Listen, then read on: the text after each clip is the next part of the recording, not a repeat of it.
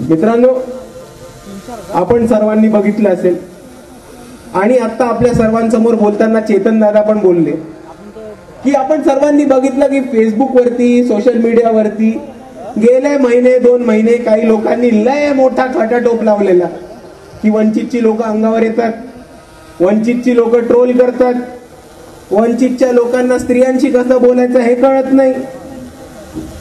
आता मित्रांनो, आपण काय केलं होतं आणि ते एवढे काय चिडले हे पण समजून घेणं तितकंच गरजेचं. लोकसभा चालू असताना आपल्यातलीच काही भांडकुळ तायडे सरांनी खूप चांगल्या शब्दात सांगितले कोण आहेत, काय आहेत आणि कसे वागतात. आपल्यातलीच काही भांडकुळ आपल्याच वस्त्यांमध्ये, आपल्याच विहारांमध्ये फिरायला लागली आणि म्हणायला लागली की वंचित बहुजन आघाडी बी टीम आहे, आपण काँग्रेसला मतदान केलं पाहिजे.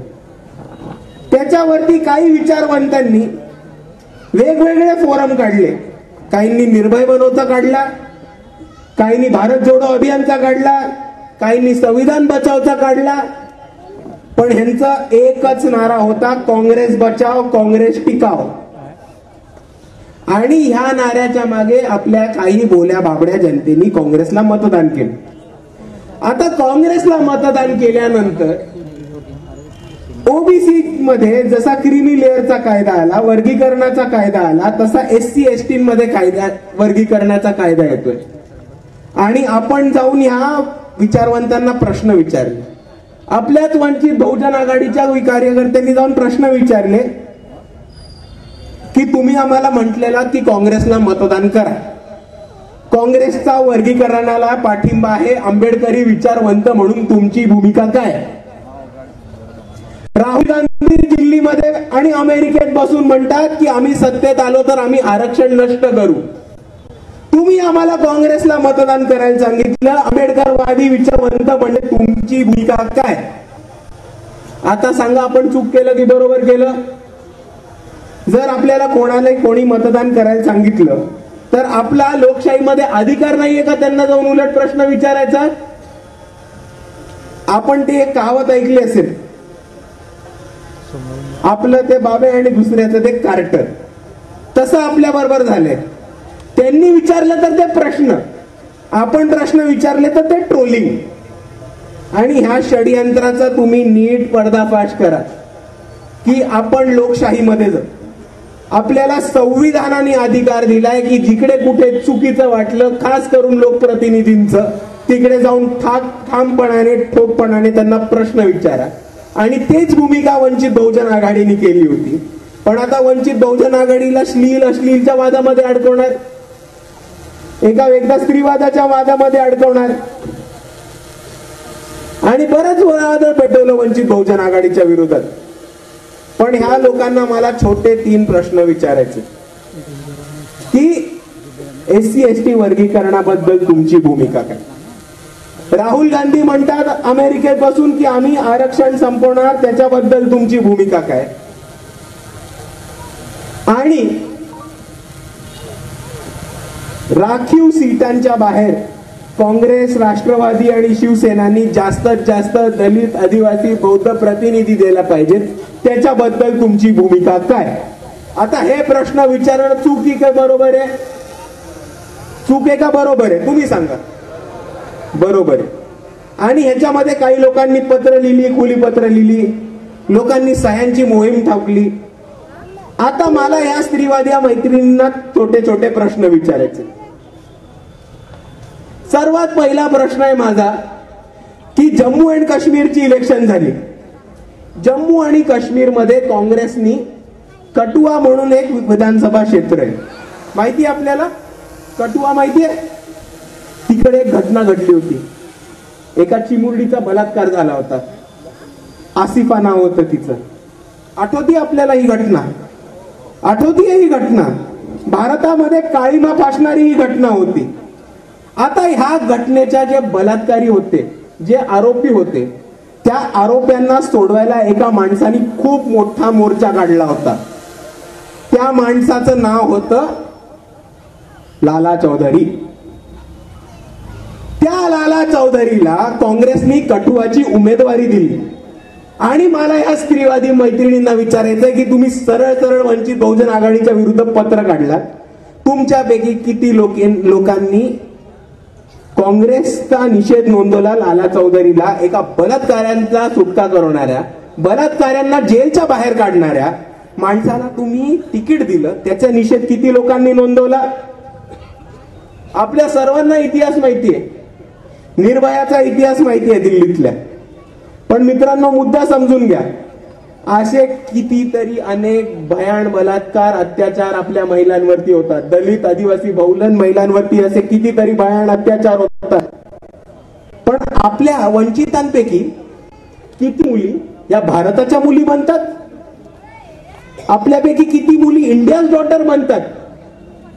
मुंबईचं उदाहरण घ्या. जयभीम नगर म्हणून एक वस्ती आहे, हिरानंदानींनी तोडायचा प्रयत्न केला.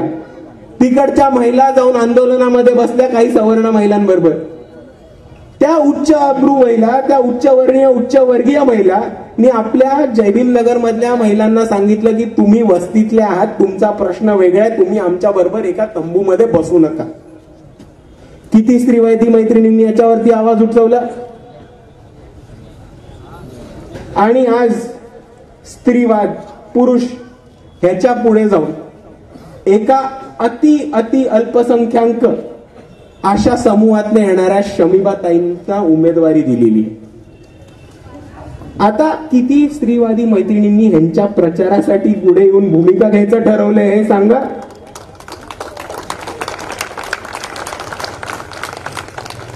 तुमचा स्त्रीवाद हा फक्त इकडच्या दलित पुरुषाला, बहुजन पुरुषाला, आदिवासी पुरुषाला आणि वंचित समूहातल्या प्रत्येक माणसाला दोषी ठरवणारा असेल तर हा खोटा स्त्रीवाद आहे, हा लक्षात ठेवा मित्रांनो.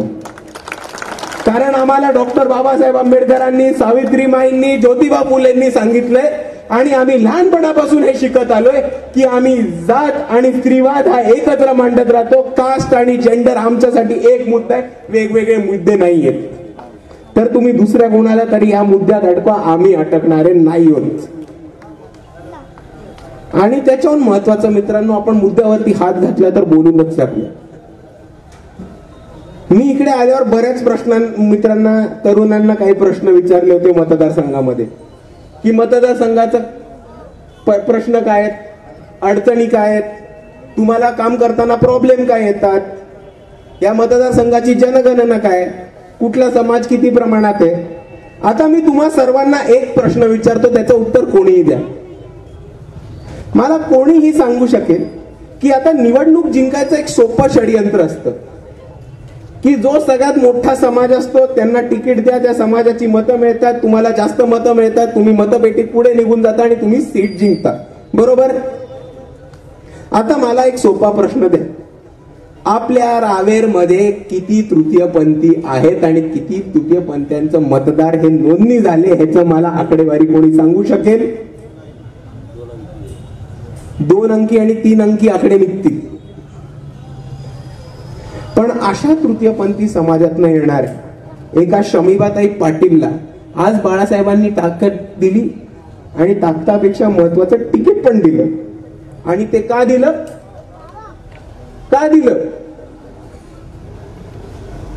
ते दिलं तुमच्या सगळ्यांना. कारण त्यांना गॅरंटी होती, त्यांना भरोसा होता की शमीबाताई लढणार आहे आणि शमीबाताई लढायला लागली की तुम्ही सगळे तिच्या पाठीमागे ठामपणे उभं राहणार आहात. एका फोन कॉलवर, एका हाकेवरती जेवणाची, अन्नाची, पेट्रोलची, बाटलीची, पुडीची, पाकिटची कशाची पर्वा न करता अख्खा मतदारसंघ मोटरसायकलवरती पिंजून काढला, स्टेज बांधलं, LED लागली आहे समोर. आणि ही ताकद आपल्या वंचित बहुजन आघाडीची मित्रांनो. आता बोलता बोलता आपली ताई बोलली की 10 लाखाची गाडी घेतली. आता किती लोकांकडे गाड्यात फक्त हात वर करून दाखवा, मोटरसायकल ही पण चालते.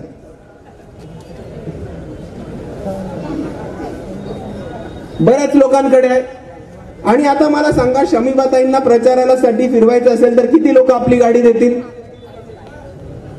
त्या दादाला हा फोटो दाखवा आणि हे सांगा की इतके लोक आमच्या सर्वांकडे आहेत. 10 लाखाची काय, 10 रुपयाची जरी गाडी जमीबाईंनी घेतली तरी आमदाराचं हिरवं स्टिकर लावण्याची जबाबदारी आमची आहे.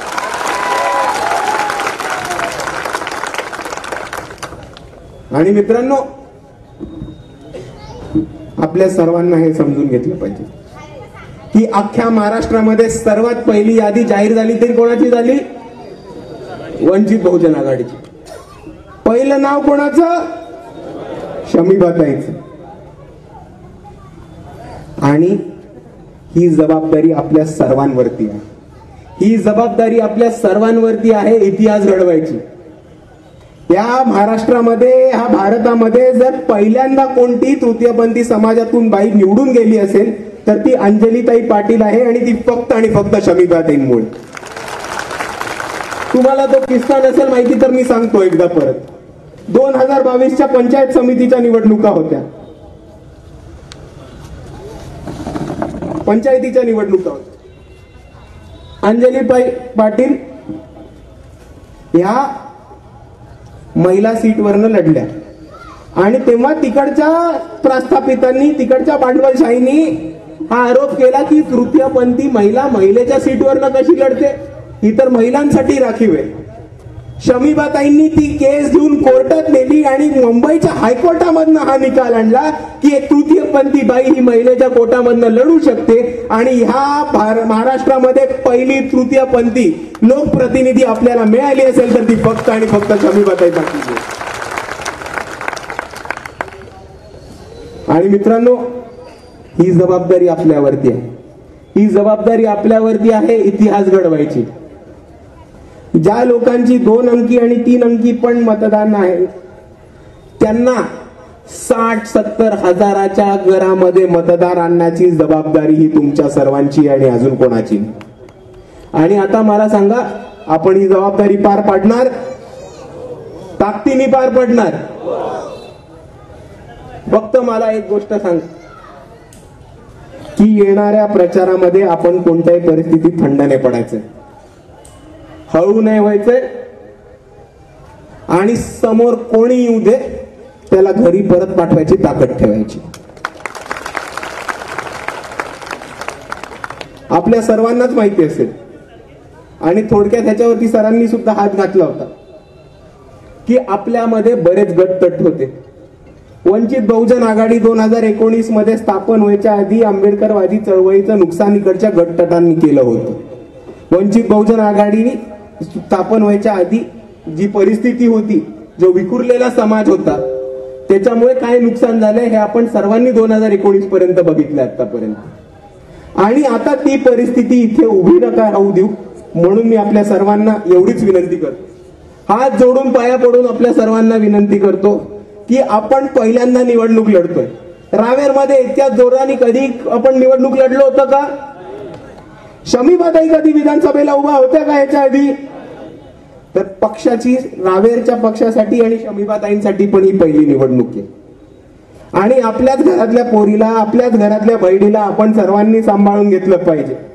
मॅनेजमेंटच्या चुका थोड्या मोठ्या होतील, व्यवस्थापनाच्या चुका पण थोड्या होतील, ते आपण सर्वांनी समजून घेतल्या पाहिजेत, पदरात पाडून घेतल्या पाहिजेत. मला सांगितलं नाही, मला फोन आला नाही, मला विचारात नाही घेतलं. भाऊ, मी आतापासून निवडणुकीच्या शेवटीपर्यंत आपल्याला माफी मागतो जर तुम्हाला कोणाचा ह्याच्या पुढे पण फोन नाही आला तर. पण कृपया करून त्याचा राग शमीबाताईंवरती नका काढू. आणि त्याच्याहून महत्वाचं, कृपया त्याचा इगो इश्यू करून थांबू नका, कारण ही सीट खूप महत्वाची आहे आपल्या सर्वांसाठी. पक्ष, इकडची युवकांची टीम, उमेदवार पहिल्यांदा निवडणुकी समोर जात आहेत. समन्वयाच्या चुका होणार आहेत, मिसमॅनेजमेंट होणार आहेत, व्यवस्थापनाच्या छोट्या छोट्या चुका होणार आहेत. पण आपल्या सर्वांना, इकडच्या प्रस्थापितांना हे दाखवून द्यायचंय की हम सब एक है. आम्ही सर्व लोक ताकदीने इकडे शमीबाताईंच्या मागे उभे आहोत आणि जिद्दीने लढणार आहोत आणि जिद्दीने त्यांना निवडून देणार आहोत.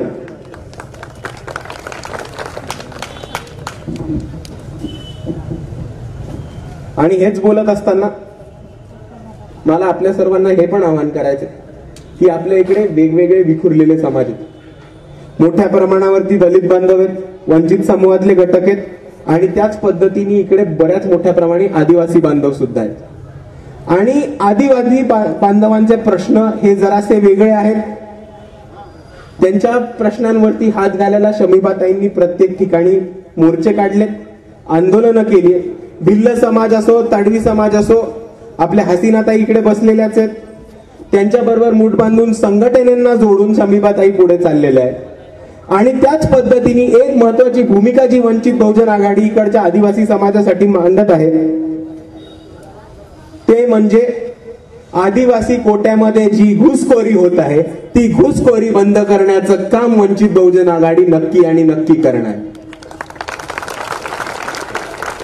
दुसऱ्या बाजूला मला इकडे उपस्थित बऱ्याच मोठ्या संख्येने तरुण दिसत आहेत. आता मला सांगा, आपल्यापैकी किती लोक शिकतात किंवा किती लोकांचं शिक्षण झालंय? किती लोकांच्या हाताला नोकऱ्या आहेत? किती लोकांच्या हाताला नोकऱ्या आहेत, रोजगार आहे?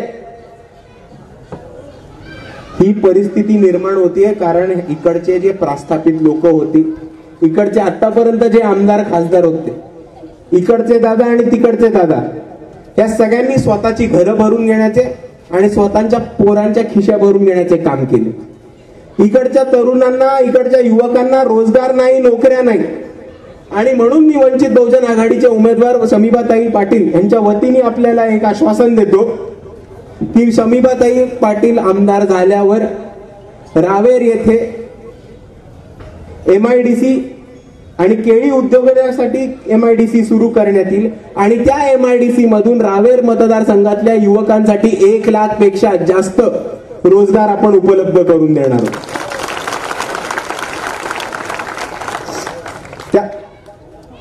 याच मुद्द्याला जोडून घेऊन आपल्या सर्वांना माहिती आहे की बाबासाहेब आंबेडकर झटले होते आणि त्यांनी आपल्याला एक महत्वाचा लेबर लॉ दिला होता. कामगारांना हक्क आणि अधिकार दिले होते. पण एक खूप मोठी ही दुर्दैवाची गोष्ट आहे की आज आपल्याच तालुक्यातला, आपल्याच मतदारसंघातला केळी कामगार ह्या कायद्यांपासून वंचित आहे. आणि म्हणून वंचित बहुजन आघाडीची ही मागणी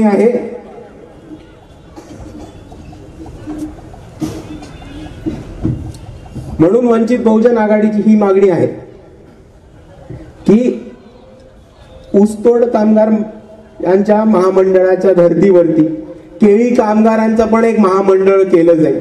त्याच्यामधल्या सगळ्या मजदूरांना रेग्युलर वर्कर्स म्हणजे ठरलेले कामाचे तास, कामाची विमा, सुरक्षाता, सिक्युरिटी, प्रोटेक्शन, इन्शुरन्स आणि कामगारांना हक्क आणि अधिकार हे मिळवून देण्याचं काम इकडे शमीबाताई या केळी कामगार महामंडळाच्या मार्फत करून देणार आहेत.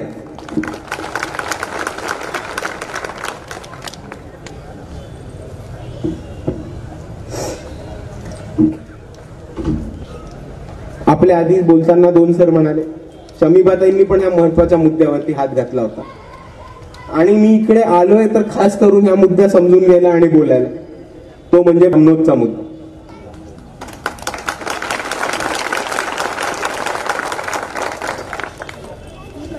आपल्या सर्वांना माहिती आहे त्या घटना काय होता, आपल्या सर्वांना माहिती आहे ते प्रकार कुठपासून सुरू झालं आणि कुठपर्यंत खेचलं गेलं होतं. आपल्याला हे पण माहिती आहे की देवीच्या मिरवणुकीवरती जायचा कोणत्याही पोराचा हेतू नव्हता किंवा कोणत्याही बौद्ध बांधवाचा छोटाही निशाणा नव्हता. पण मुद्दा काय येतो की बौद्ध बांधवांना, दलित बांधवांना उचलून जेलमध्ये टाकण्याची संधी आली की काँग्रेस, BJP, शिवसेना, राष्ट्रवादी बरोबर एकत्र येऊन कामाला लागतात.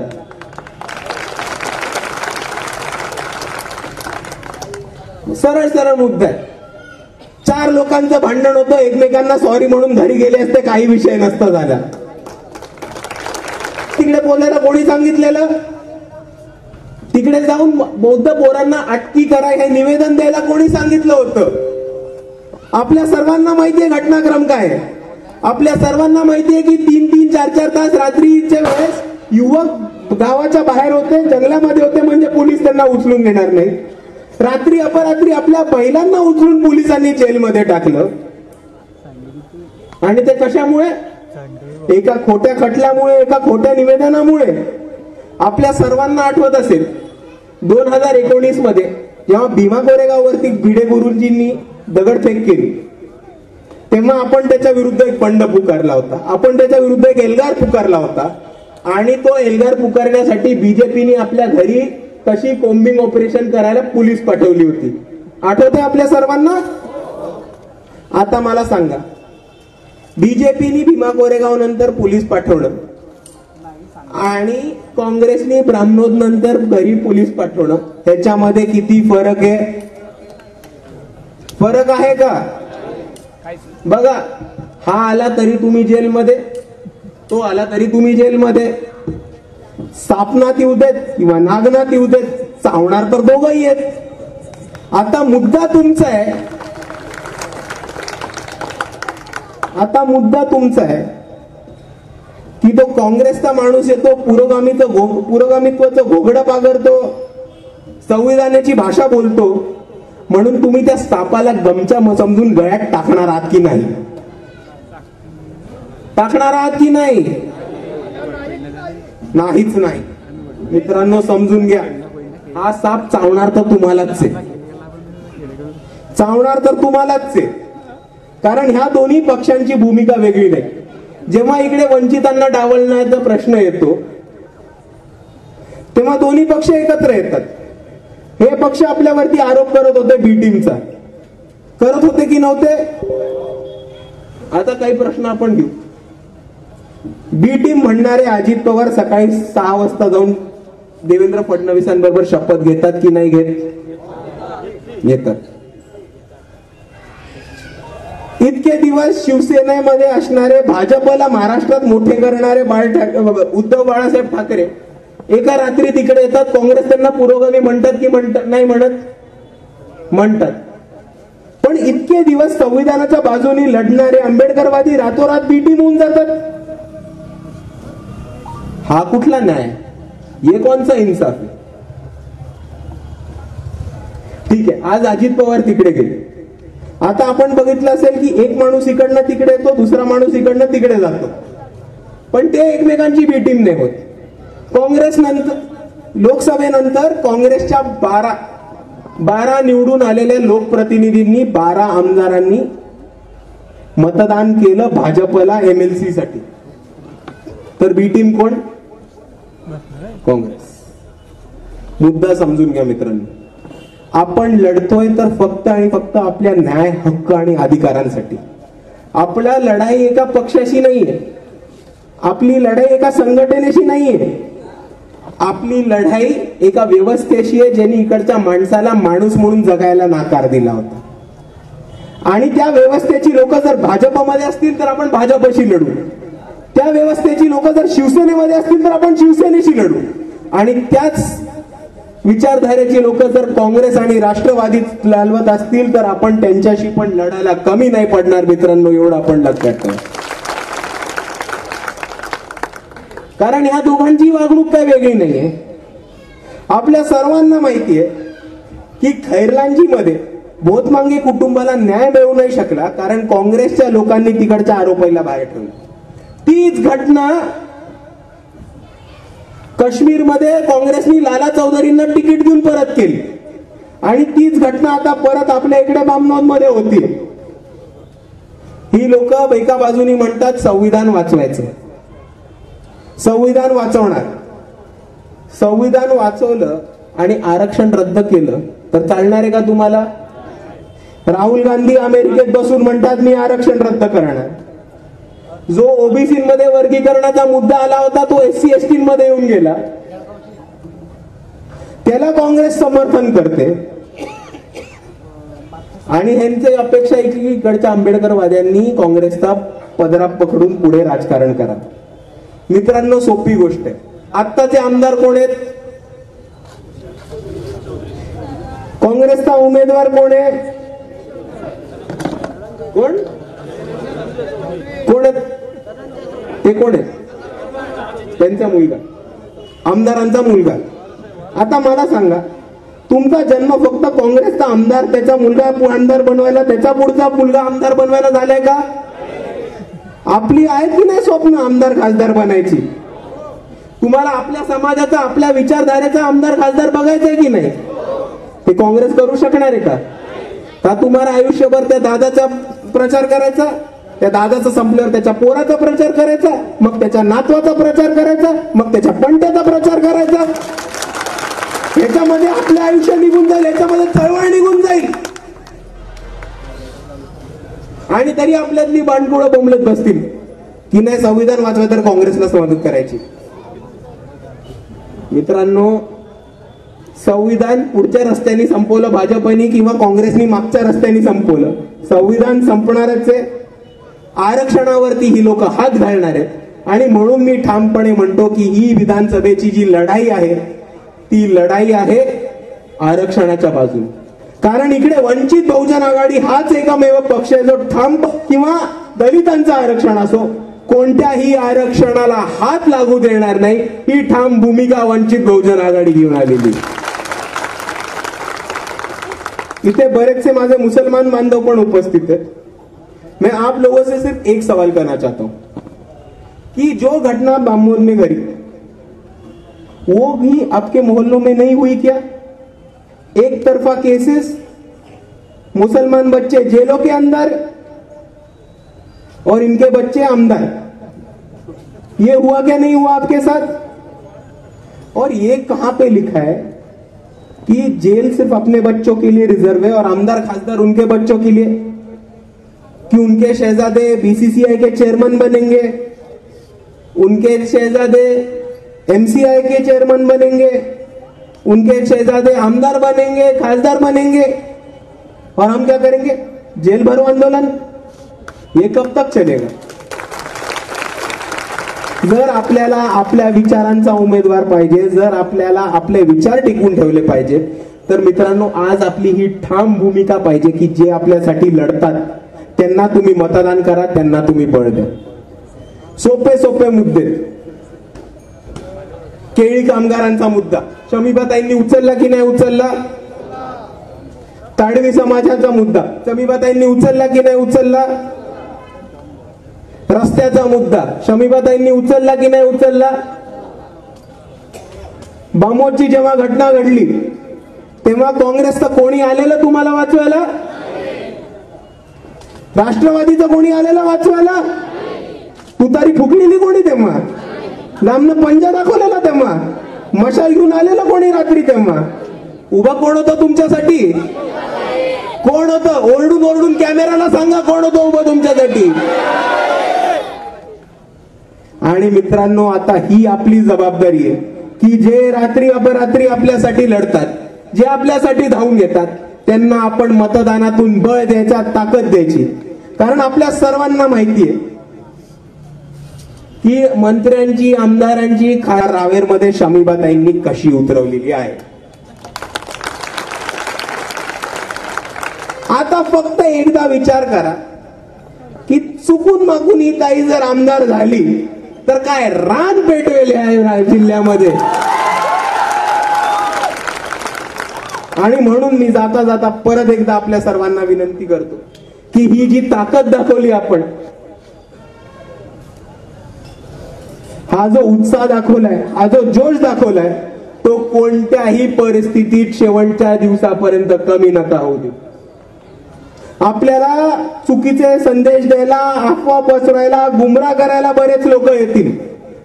तुमच्याकडे शमीबाताईंचा नंबर आहे, तायडे सरांचा नंबर आहे, चेतन दादांचा नंबर आहे, बाळाभाऊंचा नंबर आहे, इकडच्या जी युवकांची टीम आहे ह्यांच्यातले नंबर आहेत. त्यांना कॉल करा आणि कन्फर्म करा की हे खरं आहे की नाही. व्हॉट्सअप युनिव्हर्सिटी भाजप चालवते तशीच काँग्रेस चालवते, त्याच्यावरती पण विश्वास नका ठेवू.